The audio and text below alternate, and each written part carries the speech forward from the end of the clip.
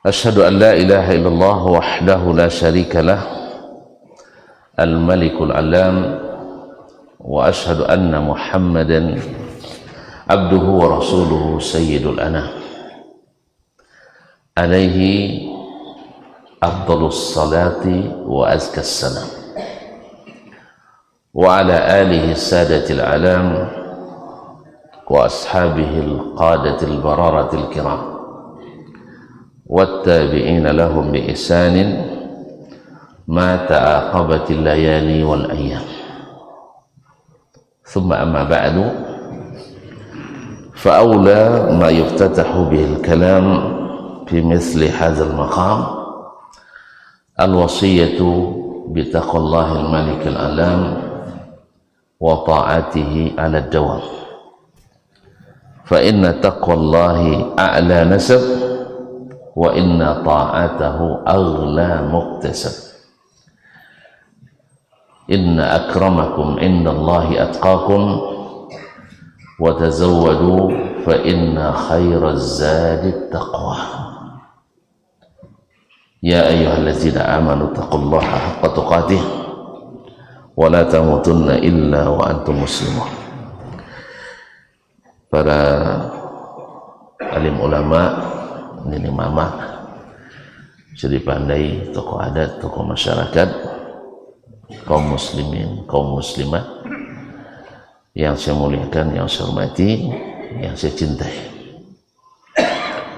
yang hadir di Masjid Pahlawan Situjua, Batua, Pahlawan Batua, Situjua Batua. Wah, ada subhanallah, Situjua Batua yang masya Allah kalau tengok wajah-wajahnya, wajah-wajah bahagia. Ini kandidat masuk surga. Amin ya rabbal alamin. Wajah bercahaya dengan iman, hati yang tentram dengan Islam. Buktinya masjidnya subuh ini ramai, dan sebelum ini tentu lebih ramai insyaallah ta'ala. Mudah-mudahan Allah menjadikan kehadiran ini sebagai tanda syukur kita kepadanya. Malam tadi kita dimatikan sementara, kan doanya bismikallahumma amutu wa ahya, dengan nama Allah aku mati dan hidup lagi. Alhamdulillahillazi ahyana ba'dama amatana wa ilaihin nusyur. Dihidupkannya kembali, tanda ada aktivitas lagi, dan kita tidak mau satu detik pun lewat tanpa ada tanda syukur kita di dalamnya. Sebab kalau tidak, merugi kita. Wal asri innal insana, anda hafal wal asri lah, wal asri innal insana lafi khusr, demi masa manusia itu benar-benar dalam keadaan merugi.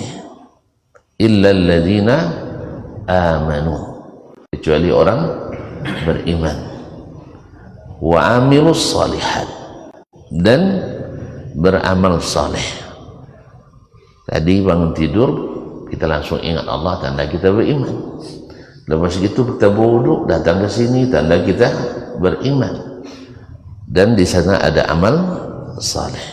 Sekarang watawasau bil haqqi, saling bertawasi, saling menasihati, saling mendukung, saling mewasiatkan, saling memesankan untuk bil haqqi, untuk tetap di atas jalan yang benar, di atas manhaj yang benar, keyakinan yang benar, amal ibadah yang benar. Setelah itu watawasau bis sabri, dan sabar itu selalu berwasiat untuk sabar, karena memang pekerjaan besar itu, kata orang-orang hikmah, direncanakan oleh orang-orang hebat, lalu dikerjakan oleh orang-orang ikhlas, tapi sampai selesai itu oleh orang-orang sabar. Orang ikhlas tidak sabar tengah jalan, kalian yang teruskan. Tapi orang sabar sampai selesai. Makanya orang-orang menang itu orang-orang yang sabar. Ya, orang-orang yang sabar. Mudah-mudahan kita sabar sampai selesainya kajian ini. Sabar enggak? Kalau enggak sabar guys, tahu sekarang. Ustaz, kami butuh 5 menit saja. Jangan 5 menit, 5 detik aja saya siap. Nah, tapi kalau tuan-tuan sabar, saya teruskan. Salawat dan salam kepada Nabi alaihi salatu wassalam, yang subhanallah adalah perjuangannya luar biasa. Semua perjuangan setelahnya adalah mengikut dan di bawahnya. Mudah-mudahan kita termasuk yang berjuang pula seperti Nabi alaihi salatu wassalam dan para sahabatnya. Salawat dan salam kepadanya, pada ahlul bait, pada sahabat dan para tabi'in, serta siapapun yang setia mengikuti jalannya. Kaum muslimin dan muslimat, sering kita mendengar hidup adalah perjuangan. Al-hayatu jihad. Itu adalah perjuangan. Perjuangan itu orang banyak mendefinisikannya. Ada yang berjuang karena harga diri, ada yang berjuang karena harta, ada harta juga banyak. Ada yang berjuang karena istrinya dan anak-anak, ada yang berjuang karena kabilah, suku dan sebagainya. Tapi sebesar-besar perjuangan itu adalah yang hadiahnya paling besar.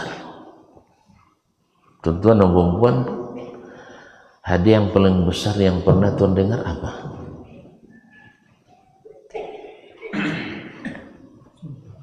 $1 miliar, $1 million. Ada apa?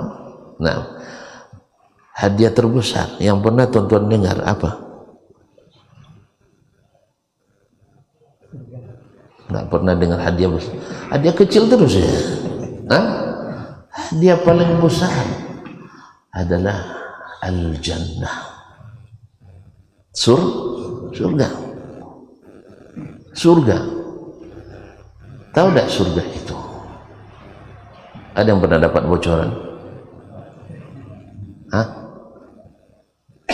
Pak, surga itu ada apa di dalamnya? Pak? Di antaranya yang pernah Bapak dengar? Enggak pernah dengar surga, Pak? Menghayalkan surga enggak pernah? Apa di dalamnya? Ini semangat masuk surga enggak? Ada apa di dalamnya?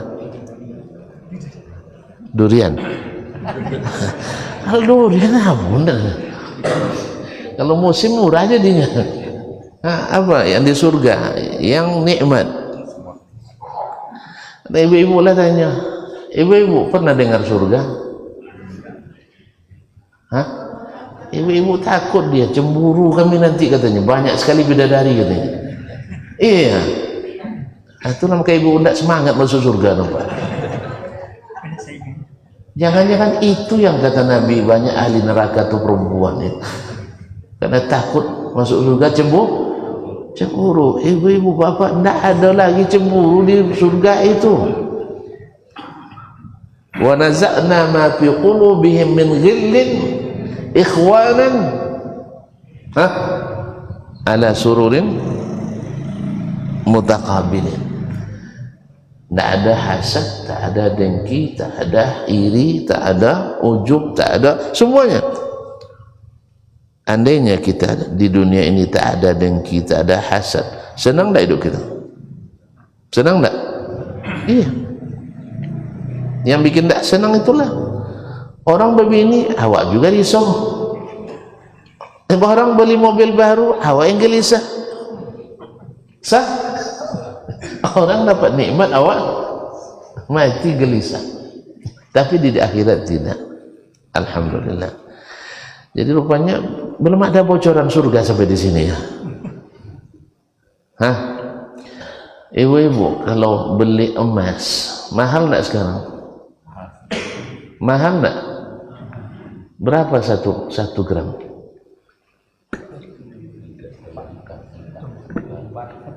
Hah? 1.400.000 bisa beli setiap pekan?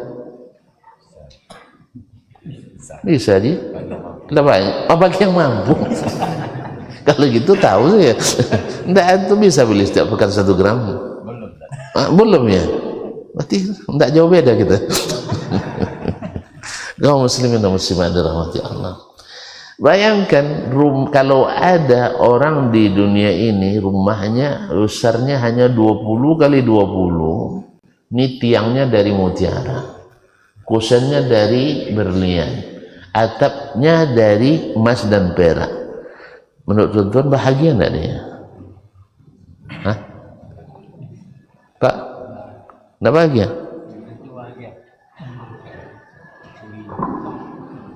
Kenapa belum tentu bahagia? Karena korupsi. Iya.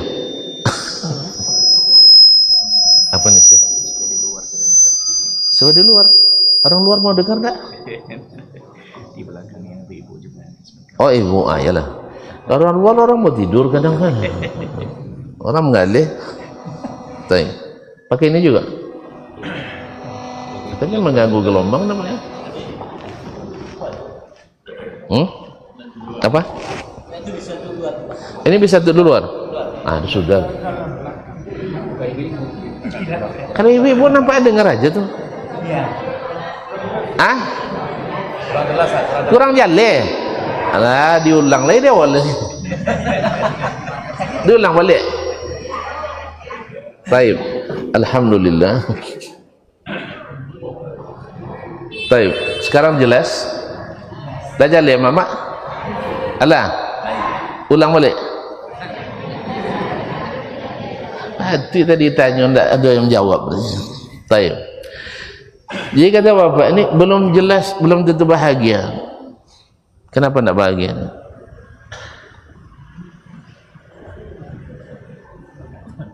Hah? Kurang jelas tadi. Iya, pada zahirnya mereka adalah orang-orang berkehidupan mewah, bahagia. Kalau belum jelas bahagianya kita tidak tahu itu. Jadi menjelas pada zahirnya orang yang memiliki harta lebih senang daripada yang Pak, mana yang lebih senang, yang duitnya 1 miliar dan yang duitnya 1.000? Iyalah, alhamdulillah. Buktinya kita setiap hari minta rezeki, setiap hari berjalan cari piti, iya tak? Kayak cari makan. Nah, orang kalau rumahnya sudah seperti itu, mesti makannya cukup, istrinya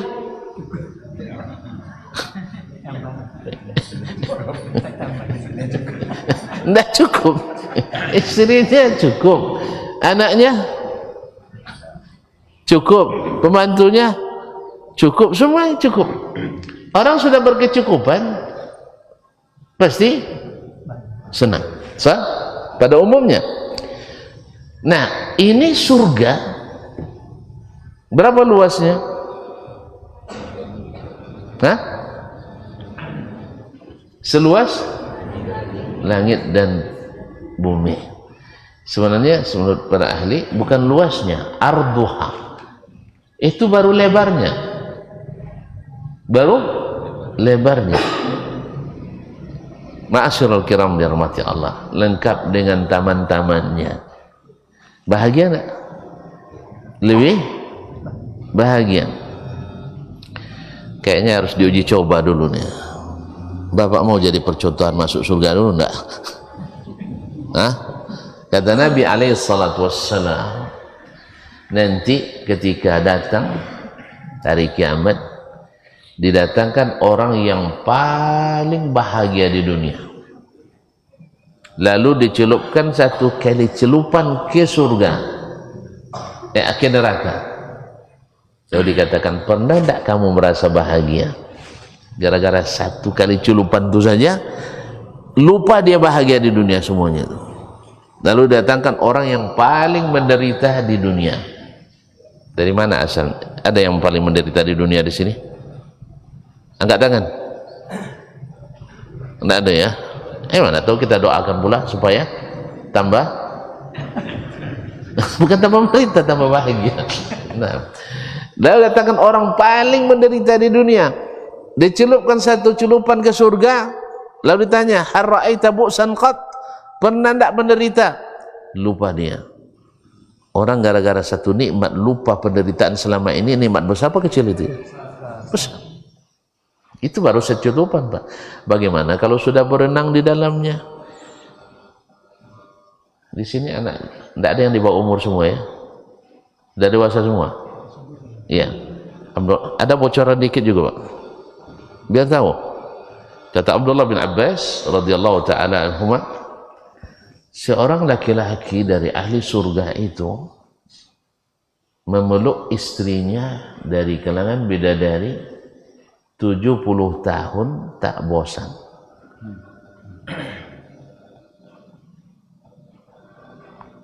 Pak, peluk istri 70 menit. Bosan dah? 70 menit aja lah. Padahal kan bahagia kita ketika kita memeluk istri kita, dan suami memeluk istri dan sebagainya, pasti sedang bahagia. Tapi sanggup enggak 70 tahun? Di surga 70 tahun enggak bosan. Enggak percaya? Buktikan masuk surga. Hidup adalah perjuangan. Kaum muslimin dan muslimat dirahmati Allah. Jadi perjuangan terbesar adalah perjuangan yang hadiahnya hadiah paling besar.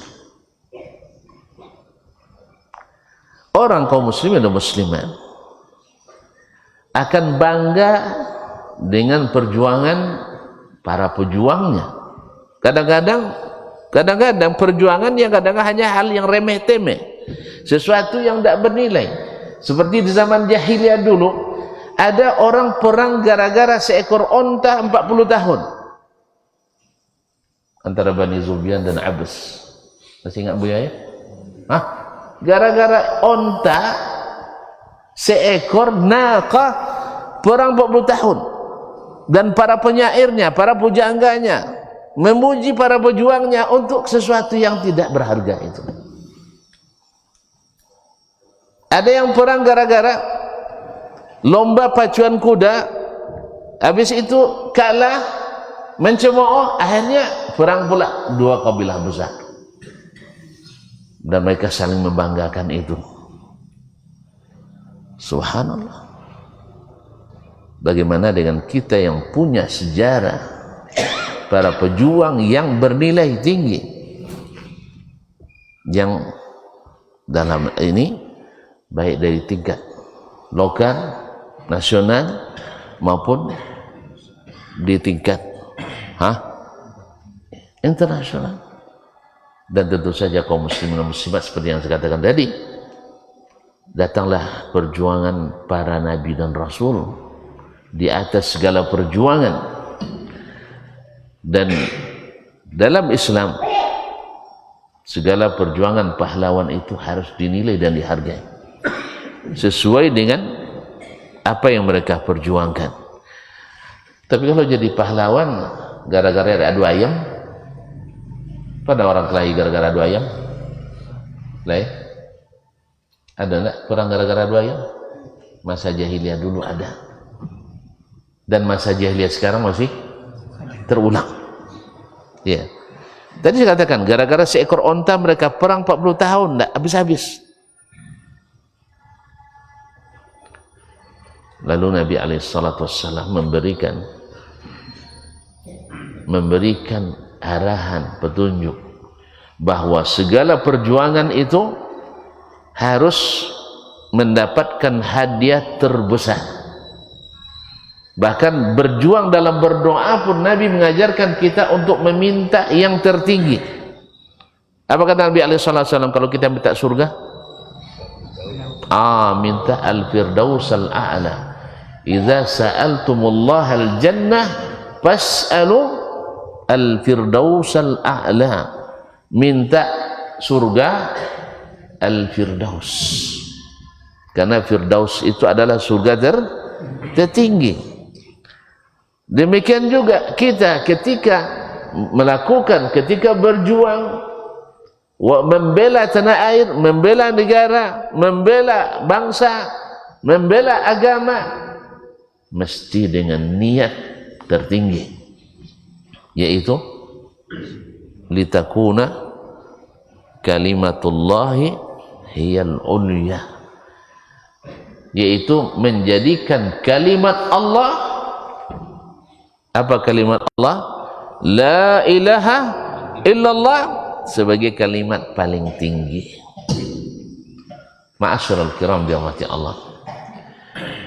Saya pernah bertanya dengan jemaah dan juga dengan mahasiswa saya,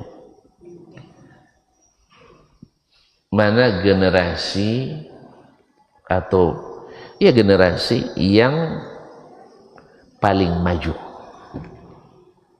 generasi paling maju dari generasi umat Islam ini, atau apa indikasinya kemajuan sebuah atau suatu bangsa dan sebuah negara?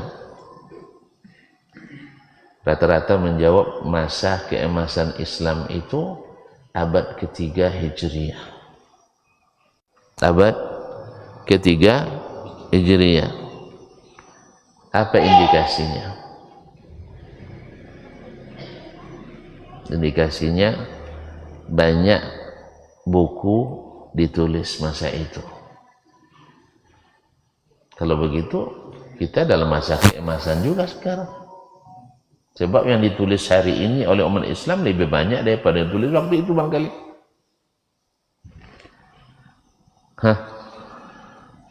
Ada yang bilang tanda sebuah negara itu maju teknologinya.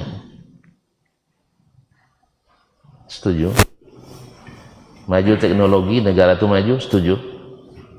Setuju? Gara-gara disetujui, setuju ya?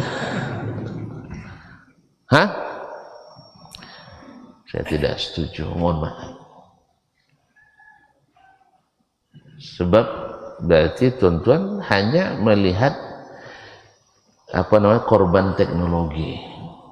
Jadi karena kagum pada teknologi, dianggap kemajuan teknologi sebagai suatu kemajuan. Lupa tuan-tuan sebenarnya. Indonesia ini dibangun atas dasar apa? Dasar pembangunan kita apa?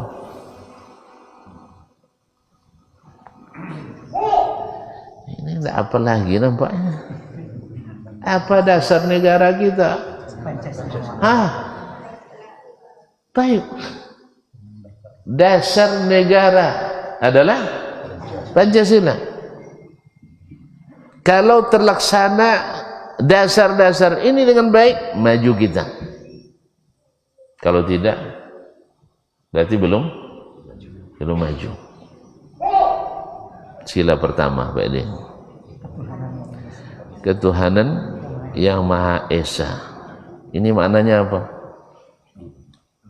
Mesti bertauhid.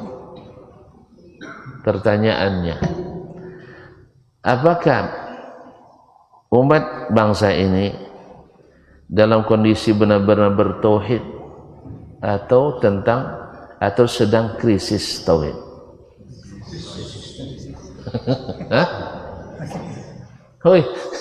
Sedang krisis tauhid enggak? Iya. sedang masalah di tauhid. Ada goa ditemukan, diklaim sampai ke Mekah, percaya juga. Ini kan bagus Kemenak kerjasama ini untuk menurunkan antrian naik haji lewat goa di Jawa Timur aja lah. Katanya sudah ditemukan goa yang aksesnya sampai ke Mekah. Ada buya-buya tidak pernah sholat Jumat ke masjid karena sholat Jumatnya di Makkah. Sholat Jumat di Makkah, dia berangkat jam 11, pulang jam 1. Jam 11 di sini, baru jam 7 di Makkah. Jam 1 di sini, baru jam 9. Jumat mana pula? Tapi tetap juga kita percaya. Oh hebat buya tu. Apa sebab? Walaupun tak belajar Quran, tak belajar hadis, tapi jadi wali. Sehingga orang-orang gila dianggap ada enggak orang gila dianggap wali? Ada siko? Alhamdulillah enggak ada siko. Orang gila jadi wali. Kaum muslimin, saya nak tanya, mohon maaf. Ada enggak orang yang sudah dapat surat nikah langsung tergila-gila sama istrinya? Kok pada bingung semua? Saya enggak ada yang jawab. Ada orang setelah dapat surat nikah, aku terima, keluar surat nikahnya, langsung tergila-gila sama istrinya. Ada enggak?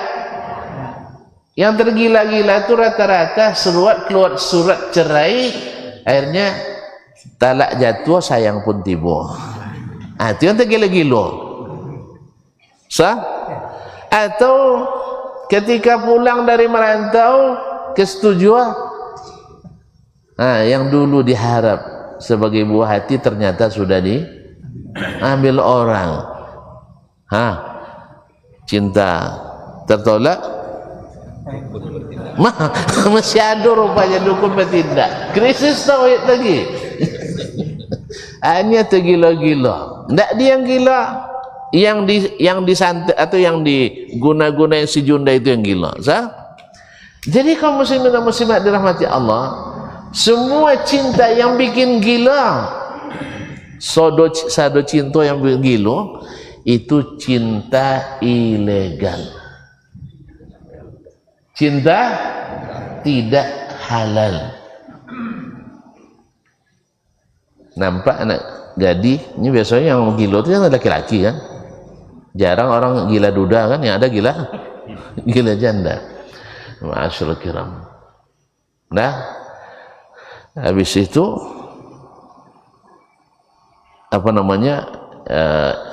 ingin memiliki, ternyata mamanya tak setuju, ayah dan emaknya tak setuju, tapi dia terlanjur cinan, ingin, akhirnya terbawa terus, akhirnya gila. Ini cinta halal atau cinta tidak halal? Cinta tidak halal. Kalau ada wali yang gila, cinta karena cinta Allah, pasti cintanya ilegal. Gara-gara berzikir gila, zikir ilegal. Gara-gara ibadah gila, ibadah ilegal. Paham Pak? Paham lah? Ilegal. Yang legal tak pernah bikin gila. Saya nak tanya, dari 124.000 Nabi dan Rasul yang pernah diutus, cari satu Nabi yang gila gara-gara cinta Allah. Ada? Tidak ada. Dari 120.000 sahabat Nabi yang mencintai Allah SWT, cari satu sahabat yang gila gara-gara mencintai Allah dan Rasul. Ada? Tidak ada. Makanya kalau ada yang gila gara-gara cinta Allah, cinta ilegal. Nah sekarang balik ketuhanan yang Maha Esa. Kita dalam kondisi maju atau sedang kondisi tidak maju? Tidak maju. Syirik masih merajalela. TBC atau TBC? TBC, parah enggak penyakit itu? Apa TBC itu? takhayul, bid'ah, khurafat. Adik-adik semua tuh. Nah, virus ini masih banyak menyakiti. Ini menjelang Ramadan ini udah mulai was-was lagi kita ini. Sah? Hah? Ada yang masuk Ramadan dengan langsung syekhnya ke rumah bulan. Syekh langsung naik ke bulan, kala bulan asa, sehingga lebih duluan terlihat anak bulan. Iyalah, ke rumah bulan dia langsung tentu nampak anak langsung. Kalau kita nunggu dulu bulan menengokkan anaknya, kan tunggu anak bulan dulu di bawah kan, tentu lambat dia tengok, sehingga terjadi perbedaan mulai puasa. Sebagian menghitung-hitung bulan. Sah? Kebetulan. Kalau begini gerakannya sebagian derajat tingginya dan seterusnya. Yang lain lagi ada. Lebih simpel lagi dengan teknologi, menelpon Allah. Menelpon Allah. Berapa nomornya? Hanya rahasia. Jadi dia telepon Allah, Assalamualaikum. Waalaikumsalam. Nabi dia tidak dapat kayak gitu. Dia dapat. Ada mulai puasa ya Allah. Dah ada mulai. Sehingga 10 hari lebih duluan pula dari kita. Innalillahi wa inna ilaihi raji'un. Ini maju namanya? Maju? Enggak. Jadi asas yang telah dicadangkan oleh para pendiri, para pejuang kita belum terlaksana dengan baik. Makanya orang-orang yang menegakkan tauhid di negeri ini adalah orang-orang yang mewarisi apa yang diinginkan oleh para pejuang dulu. Tapi mereka yang melakukan syirik dan sebagainya, mereka yang merusak perjuangan itu, merusak warisan itu. Yang kedua, sila kedua, beri kemanusiaan. Ini baru-baru Pak, bayangan Pak, lama orang tuh rapat dulu menyusunnya. Kemanusiaan yang ada di mana? Karena Bapak dah tua, kita kasih uzur ya. Hafalannya udah mulai. Kemanusiaan yang adil dan beradab. Kira-kira gimana? Jauh juga. Jauh panggang dari api. Yang adil dan beradab. Kita subhanallah, dan itu terlihat sekali hari ini di saat pilkada. Sahih? Makanya jangan marah dengan saya bilang demokrasi itu merusak kita. Demokrasi merusak. Semakin jauh demokrasi kita terapkan, sampai RT RW semakin tinggi tingkat permusuhan di antara kita. Sahih? Kenapa? Karena suara orang gila nilainya sama dengan profesor doktor. Padahal aslinya demokrasi itu, aslinya oleh pencetus demokrasi, siapa pencetusnya Pak? Siapa? Montesquieu? Galileo Galileo. Nah, mereka sebenarnya asas demokrasi asalnya orang ahli nilainya tak sama dengan yang bukan ahli. Terjemahan bebasnya, profesor misalnya nilainya harus 5 suaranya. Jadi dia nyoblos 1 kali nilainya 5 poin. Dokter 4, S2 3, S1 2, yang tak sarjana dan seterusnya 1. Ini enggak. Yang narapidana dengan alim ulama sama. Jadi kalau demokrasi yang asli itu lebih mendekati kepada surah dibanding dengan yang sekarang.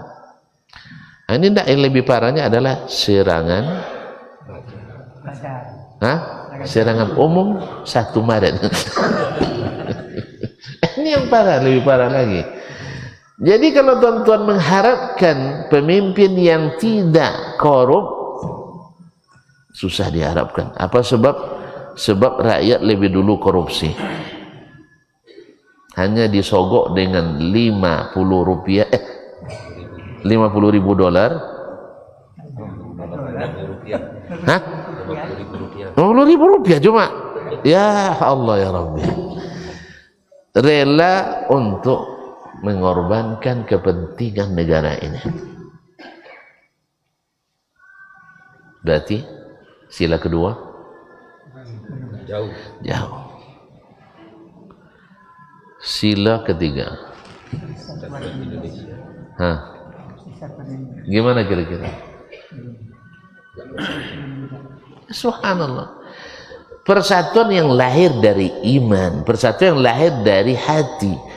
Kalau persatuan karena terpaksa oleh sistem, itu bukan persatuan namanya. Artinya karena sistem pertahanan kita masih kokoh, alhamdulillah. Tapi yang intinya adalah saya melihat saudara saya dari daerah manapun, karena satu bangsa, satu negara, satu iman, satu Islam. Misalnya, ya saya melihatnya sama, nggak saya bedakan. Terus sekarang kan tidak. Susah juga ya. Sampai sila keberapa? Kelima, keadilan sosial bagi seluruh rakyat Indonesia. Berarti kita dalam kondisi krisis. Bisa tidak dikatakan kita dalam sedang maju? Tidak. Karena dasar-dasar kita bernegara, dasar-dasar kita berbangsa, dasar-dasar kita membangun jauh landasan dari kita, tidak terbang dari landasan tadi. Tetapi kalau kita lihat asas-asas ini dibawa ke zaman Nabi alaihissalatu wassalam, gimana?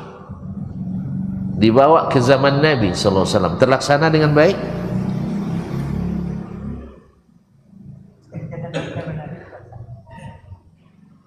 Ulang balik. Tauhid di zaman Nabi terbaik. Kemanusiaan yang adil dan beradab zaman Nabi terbaik.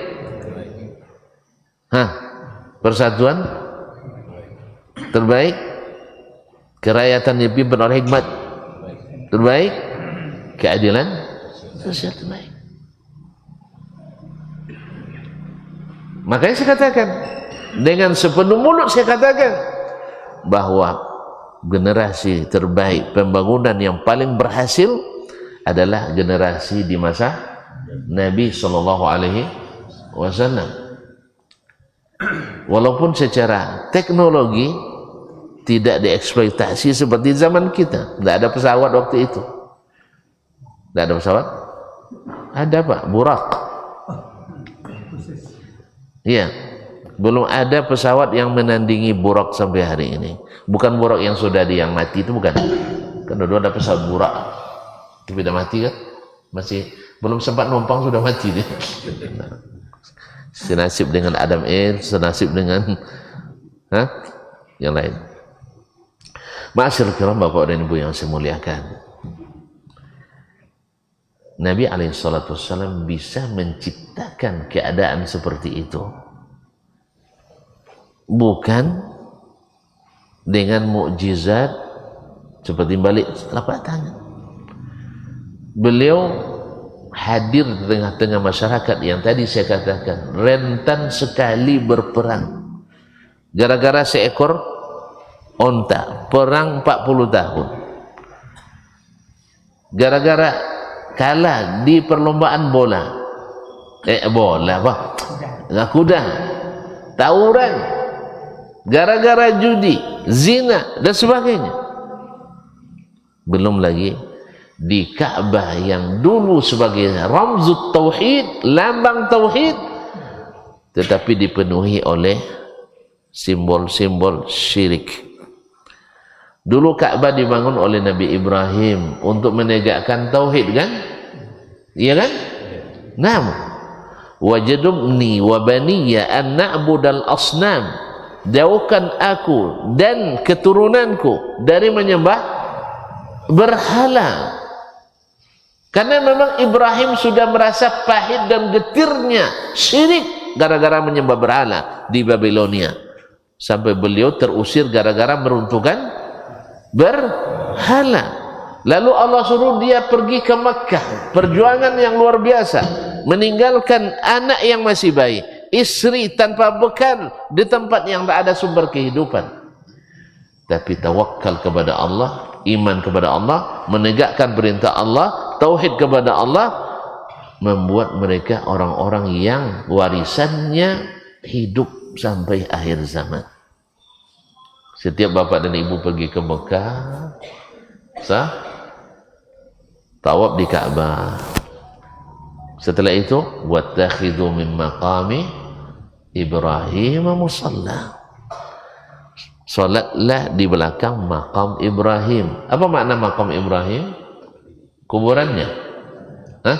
Ada yang bilang ternyata di Ka'bah ada kuburannya katanya. Ya. Masa dilarang-larang pula bikin di masjid kuburan. Di Ka'bah saja ada kuburan. Di mana, Pak? Bukan makam Ibrahim. Oh, makam Ibrahim itu bukan kuburan, tempat berdirinya Nabi Ibrahim ketika membangun Ka'bah. Allah abadikan sebagai tanda. Lalu disuruh salat di situ. Naik kita ke Safa dan Marwah, sa'i. Teringat pula bagaimana Ibunda Hajar alaihissalam, anaknya yang bayi menangis kehausan. Dia sendiri menahan pahit dan getirnya kehausan, tidak ada air. Sampai naik ke Safa, dari kejauhan mudah-mudahan ada sumber air. Berlari lagi sampai ke Marwah, sampai 7 kali. Yang sudah pernah haji, Pak Haji ya, haji ya, gimana rasanya setelah sa'i antara Safa dan Marwah? Hah? Langsung segar badan. Bapak pura-pura nih. Capek, ngaku aja lah. Saya aja yang masih muda nggak capek, bapak enggak. Capek. Ini kita sa'i dalam kondisi air minum tak pernah kurang.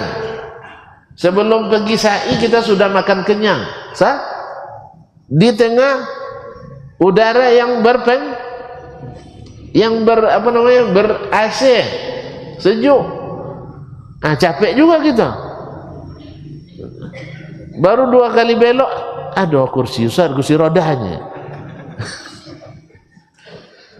Padahal yang kita lari-lari di situ sudah licin, pakai batu pualam, kipas angin, AC, ada air zam-zam. Iya tak? Dulu bayangkan Hajar alaihissalam berlari di bebatuan panas, perjuangan. Maka berhak mereka untuk diabadikan oleh Allah SWT. Sampai dalam solat kita tersebut, Allahumma barik ala Muhammad wa ala ali Muhammad kama barakta ala Ibrahim wa ala ali Ibrahim innaka Hamidum Majid. Pergi ke Mina, kisah-kisah itu hidup kembali. Ma'asyiral kiram rahmati Allah. Kalaulah Allah menyuruh kita menghidupkan, ya, mengabadikan kisah-kisah orang-orang hebat tersebut, para pahlawan yang patut diingat itu, maka kita juga harus menghidupkan nilai-nilai yang dihidupkan oleh para pendahulu kita. Nah, kalau mereka sekarang sudah meletakkan dasar-dasar ini, tegakkan tauhid dengan benar, karena dibangun di atas ketuhanan yang Maha Esa. Maka seharusnya umat Islamlah menjadi pelopor sila pertama ini. Jangan justru umat Islam ini curigai. Ini ada pula yang curiga sama umat Islam. Yang curiga umat Islam juga. Yang auzubillah adalah ciri teroris yang suka belajar tauhid. Ya Allah ya Rabbi, ini anti Pancasila nih orang. Tapi atas nama, kadang-kadang atas nama Badan Pengembangan Pancasila pula. Jadi orang-orang tidak ngerti, belajar di Barat, tiba-tiba jadi orang hebat di sini. Dia tidak paham apa yang dicetuskan oleh para pejuang kita dulu. Yes ya. Kita nak merdeka dari Belanda dulu karena mereka tidak membiarkan kita bertauhid. Nak merdeka dari Jepang karena tidak membiarkan kita bertauhid. Masih ingat tuan-tuan? Dulu ketika di masa Jepang, ulama kita dikumpul di Batavia. Di antaranya adalah Buya Karim Amrullah. Siapa dia itu? Ayah Buya Hamka. Kalau Buya Hamka Abdul Malik. Nah, ayahnya Karim Amrullah atau Abdul Karim Amrullah. Dikumpulkan, dibawa todongan senjata laras panjang oleh Jepang, tentara Jepang. Ditunggu pagi-pagi seperti ini. Dah terbit matahari? Dah terbit matahari? Belum ya? Belum. Ya saat-saat seperti inilah menjelang terbit matahari di baris para ulama kita untuk sujud kepada matahari. Ulamanya, jadi bukan orang awamnya saja. Ulamanya dipaksa sujud ke matahari. Kalau tuan-tuan sempat ditodong dengan senjata seperti itu, kira-kira gimana? Kira-kira gimana? Hah? Iya takut, ikut aja kan? Ikut aja. Terpaksa ikut. Dan itu ada rukhsahnya. Ada rukhsah darurat. Maka sebagian atau semua ulama waktu itu mengambil rukhsah. Ad-daruratu tubihul mahzurat illa man ukriha wa qalbu mutmainnun bil iman. Mereka terpaksa sujud walaupun hatinya tidak menerima.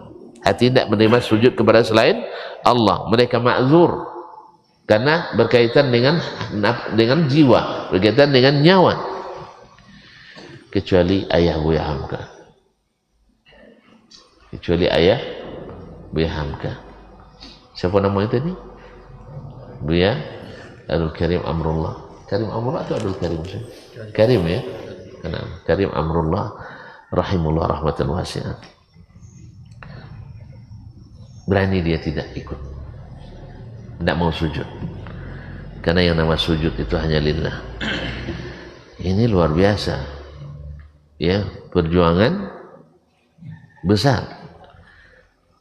Jadi akhirnya setelah merdeka, Buya Hamka nanya ke ayahnya, apa yang membuat ayah berani untuk tidak ikut sujud waktu itu ke matahari di bawah todongan senjata? Kan mati itu tantangannya. Jawabannya, nak, yang namanya mati itu semuanya sama. Tidak ada mati yang enak. Tidak ada mati yang enak. Nabi bilang inna lil mauti la sakarat.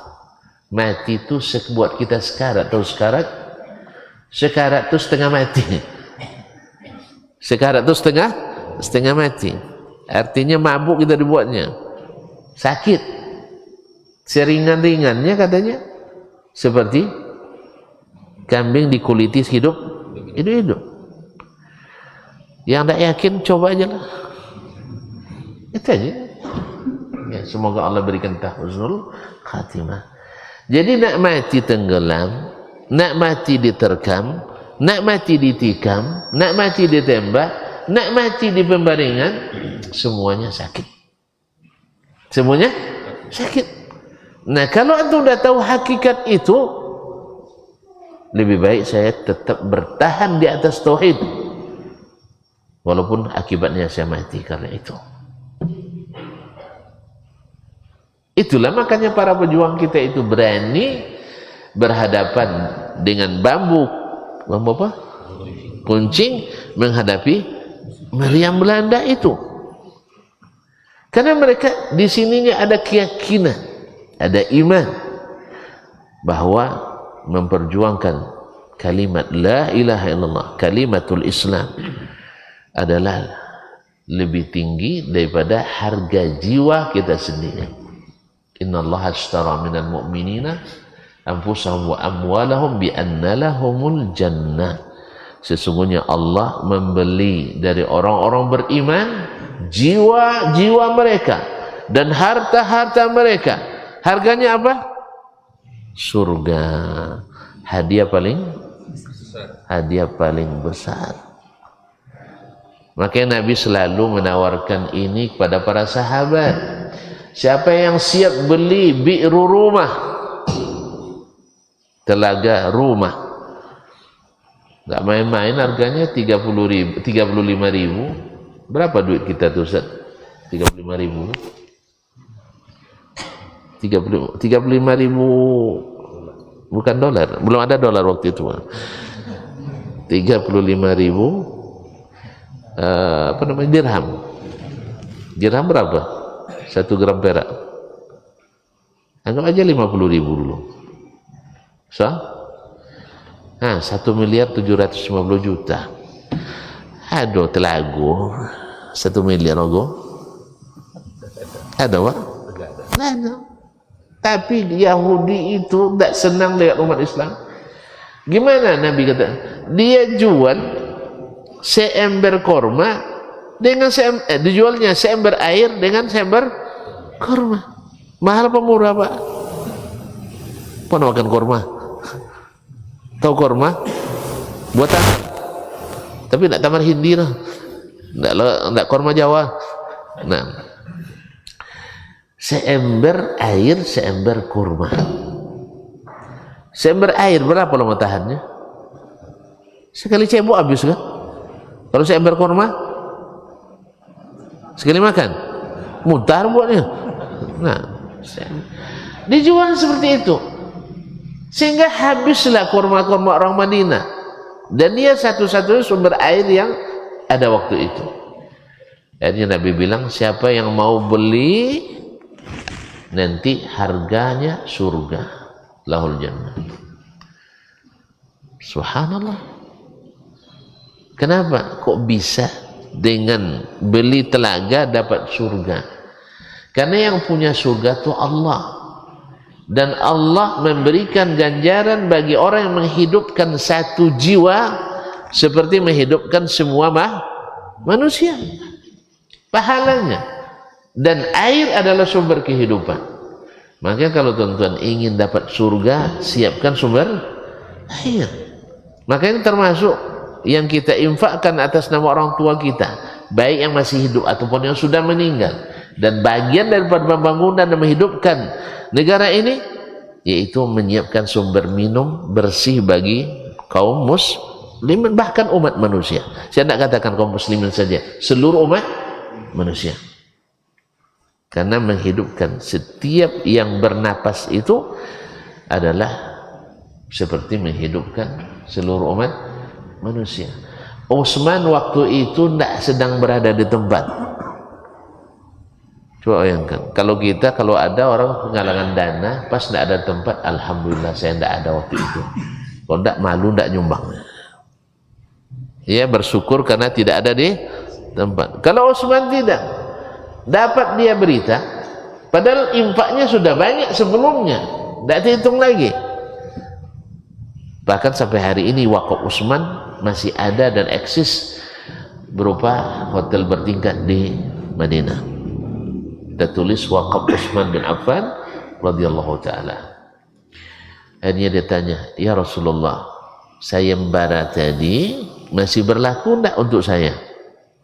Kata beliau, iya berlaku. Maka Utsman datangi orang Yahudi itu, mau tidak jual telaga itu? Kalau tidak cerdas, kalau tidak licik, tidak Yahudi namanya. Dia bilang, saya tidak mau jual semuanya. Kita jual harinya saja. Sehari kamu, sehari saya.